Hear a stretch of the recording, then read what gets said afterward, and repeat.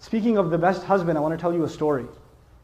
A really good one on this subject, making people conscious of Allah. You don't just invite people to have taqwa of Allah with your words. Your character says a lot. A friend of mine, he became a friend actually on a short trip, told me about how he was raised in a Muslim family. He's Guyanese origin, and in Guyana there's Muslims that are committed, and there's Muslims that have mixed their religion with Hinduism, and some Muslims that are just Muslim by name, and they've completely almost lost everything of the religion. They almost know nothing of the religion. And he was of the latter type. He almost knew nothing about the religion.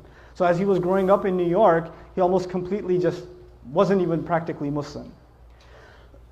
He used to, get into fights with his mother. He went to jail a couple of times. He was in gangs, all kinds of stuff. Later on in life, he decides he wants to, he's looking for God. And he knows at least by name he's Muslim. I think his name was Muhammad or something, right? By name he's Muslim, so he should look into what religion first? Islam. So he starts looking into Islam, starts going to the masjid, starts learning how to pray again, becomes more serious. At the time he was, he had married his girlfriend who was Christian or whatever. Right? He starts becoming more serious about the religion. And then his wife notices that he's praying.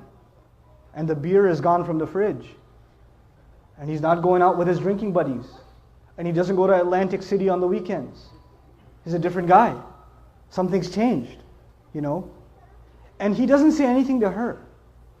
Just on his own, he didn't yell at her, didn't tell her to, put a hijab on or whatever, lose all her friends. He didn't do any of that. He went to a scholar, and I make dua for the scholar that he went to. He didn't tell me his name, but he said, I went to my scholar, and I told him, look, I'm becoming more and more aware of Islam, but my wife, of course, is a Christian, and she's not even a practicing Christian. She's just kind of what I was before. She's exactly like I was before.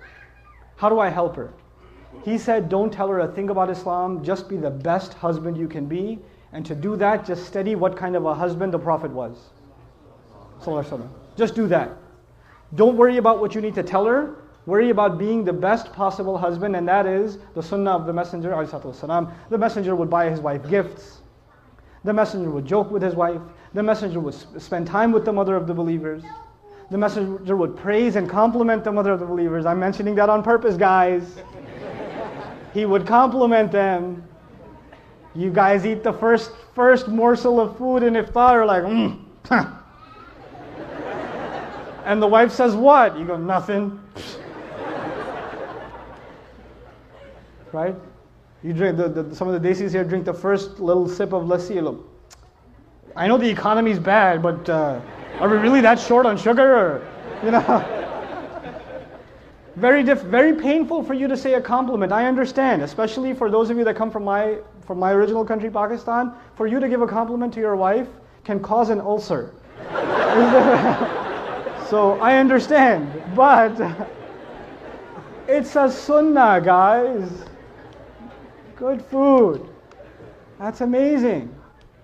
And our wives, the sisters are so used to hearing nasty things from us. Then when we say nice things, they get freaked out. Like if the husband just says, you look really nice today. She goes, what do you want? She gets worried, like he's up to, we got to fix that. That's a problem.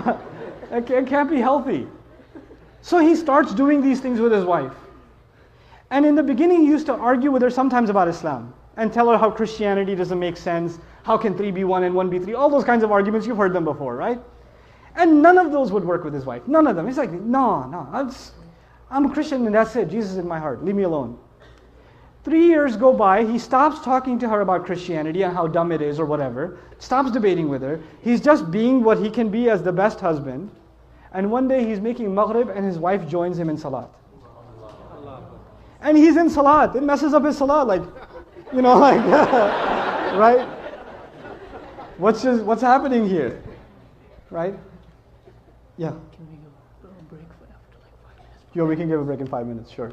For 10 minutes because they have to move the car. Sure.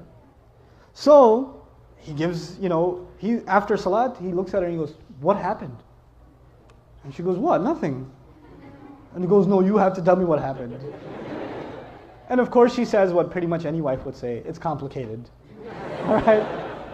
But eventually she tells him, look, I've never seen a husband like you. My dad wasn't like that. I've never seen a father like you. The way you are with our child, I've never seen a father be like that. It's so beautiful. This religion can't be wrong. It can't be wrong. This is ittaqullah. You see how aware you are of Allah in your life, right? It's not how many ayat you've memorized, how many ahadith you know, how much knowledge you can spit out at someone, how many quotes from scholars you can deliver. It's not about that.